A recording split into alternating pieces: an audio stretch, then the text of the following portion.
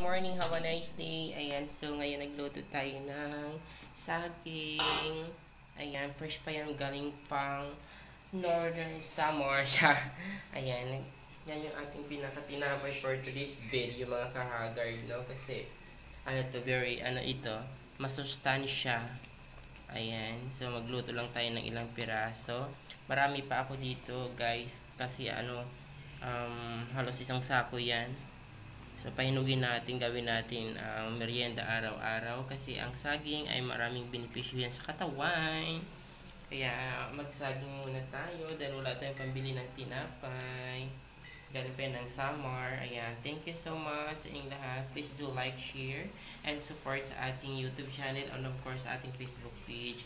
Thank you so much mga kahagar. Enjoy your day going. Bye! Love you all! Almusal na din kayo kasi umaga na.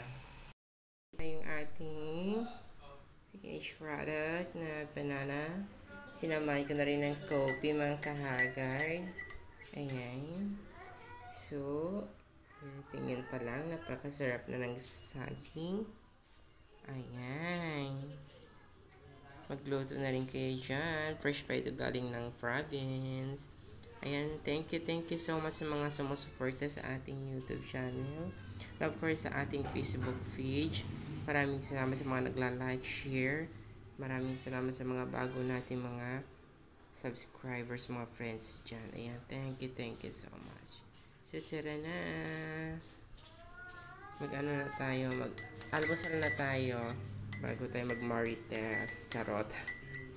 So, kagigising ko lang din mga kaagard at syempre, hindi pwede na walang laman yung ating tiyan. So, dahil meron naman tayong saging, so nagsaing tayo ng saging.